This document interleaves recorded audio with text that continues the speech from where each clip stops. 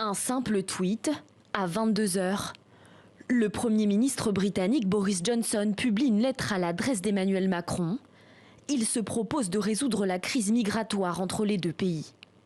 La mise en place d'un accord avec la France pour reprendre les migrants qui traversent la Manche par cet itinéraire dangereux aurait un impact immédiat et conséquent. Un tweet, un canal diplomatique très peu apprécié par la diplomatie française. En réponse, Gérald Darmanin, le ministre de l'Intérieur français, annule l'invitation de son homologue britannique à la réunion prévue dimanche à Calais pour tenter de trouver une solution à la crise des migrants.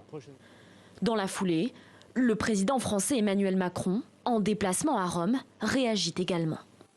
Je suis surpris des méthodes quand elles ne sont pas sérieuses. On ne communique pas d'un dirigeant à l'autre sur ces questions-là par tweet et par lettre qu'on rend publique. Nous ne sommes pas des lanceurs d'alerte. Allons. Mais Boris Johnson persiste et signe. Il dit ne rien regretter face à l'urgence de la situation.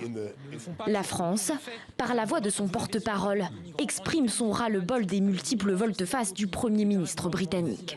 Il y en a marre des doubles discours. Et il y en a marre de l'externalisation permanente des problèmes. C'est à se demander maintenant si Boris Johnson ne regrette pas d'avoir quitté l'Europe parce que dès qu'il a un problème, il considère que c'est à l'Europe de le gérer. Ça ne fonctionne pas comme ça. Les crises post-Brexit se succèdent les unes aux autres. Entre Paris et Londres, les relations sont désormais au plus bas.